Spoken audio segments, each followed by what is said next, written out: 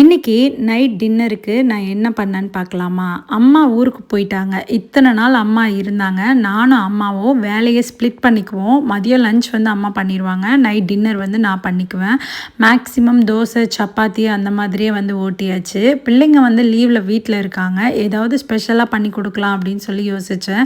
இன்னொன்று என்னென்னா மெயினாக இன்றைக்கி இட்லி தோசை மாவு வந்து காலி ஆயிடுச்சு. அதனால் வந்து சப்பாத்தி போடலாமா, பூரி செய்யலாமா அப்படின்னு ஒரே கன்ஃபியூஷன்.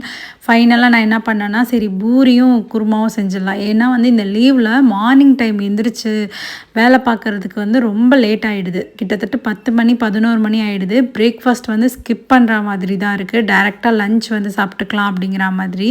ஸோ அதனால் என்ன ஆசைப்படுறோமோ அதை நைட்டே வந்து நம்ம செஞ்சு சாப்பிட்டுக்கலாம் அப்படின்னு சொல்லிட்டு தான் பூரி வந்து பிளான் பண்ணியிருந்தேன். நைட்டில் வந்து பூரி சாப்பிட்றது அன்ஹெல்தி தான். பொதுவாக எண்ணெயில் ஃப்ரை பண்ணி சாப்பிட்றதே அன்ஹெல்தி தான். ஆனால் எப்போவாவது இந்த மாதிரி சாப்பிட்றதுல தப்பு இல்லை. இன்னொன்று வந்து பிள்ளைங்களுக்கு இந்த மாதிரி ஃபுட்டெல்லாம் கொஞ்சம் பிடிக்கும். என் பிள்ளை இருக்கே சின்னது, அதுக்கு வந்து இந்த நான்வெஜ் ஐட்டம் சிக்கன் மட்டன் எது இருந்தாலுமே ரொம்ப இஷ்டம். அவங்களுக்கு வந்து இந்த மருமகன் சாப்பாடுன்னு சொல்லுவாங்க. எங்களில் வந்து மருமகனுக்கெல்லாம் வந்து ஸ்பெஷலாக தான் செஞ்சு வைப்பாங்க எந்த சாப்பாடாக இருந்தாலும். ஸோ அதே மாதிரி தான் எங்கள் சின்னதுக்கு எது செஞ்சு கொடுத்தாலும் ஸ்பெஷலாக செஞ்சு கொடுக்கணும். அப்போ வந்து 1க்கு 2 எக்ஸ்ட்ராவாக தான் அவங்களுக்கு வந்து சாப்பாடு இறங்கும். அப்புறம் உங்ககிட்ட ஒரு சாய்ஸ் கொடுக்கவா? அதாவது போன வீடியோ நான் வந்து போட்டிருந்தேன் இல்லையா, அப்போ வந்து என்கிட்ட ஒருத்தவங்க எனக்கு வந்து சிக்கன் பிரியாணி பண்ணி காட்டுங்க அப்படின்னு சொல்லியிருந்தாங்க. ஆக்சுவலாக பார்த்தீங்கன்னா அன்னைக்கு எங்கள் வீட்டில் சிக்கன் பிரியாணி தான்.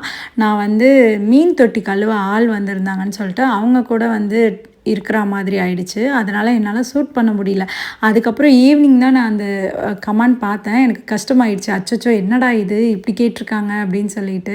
ஸோ அதனால் நான் என்ன பிளான் பண்ணியிருக்கேன்னா, இதுக்கப்புறம் எனக்கு வந்து கமெண்ட் பண்ணுறவங்க உங்களுக்கு ஏதாவது ரெசிபீஸ் வேணும்னா, ஸோ கண்டிப்பாக அவங்களுக்காக வந்துட்டு எனக்கு கமெண்ட் பண்ணாங்க, இன்ன ரெசிபி வேணும் அப்படின்னு சொன்னாங்கன்னா ஒரு ரெசிபி வந்து நான் சூஸ் பண்ணி அவங்களுக்காக அந்த ரெசிபி கொடுக்கறதுக்கு ரெடியாக இருக்கிறேன். ஸோ கண்டிப்பாக கமெண்ட் பண்ணுங்கள் உங்களுக்கு அடுத்தது என்ன ரெசிபீஸ் வந்து வேணும் அப்படின்னு சொல்லிட்டு. ஸோ பார்க்கலாம் யார் யாருக்கெல்லாம் என்னென்ன பிடிக்கும், ஏதோட ரெசிபீஸ் வந்து கேட்குறீங்க அப்படின்னு சொல்லிட்டு.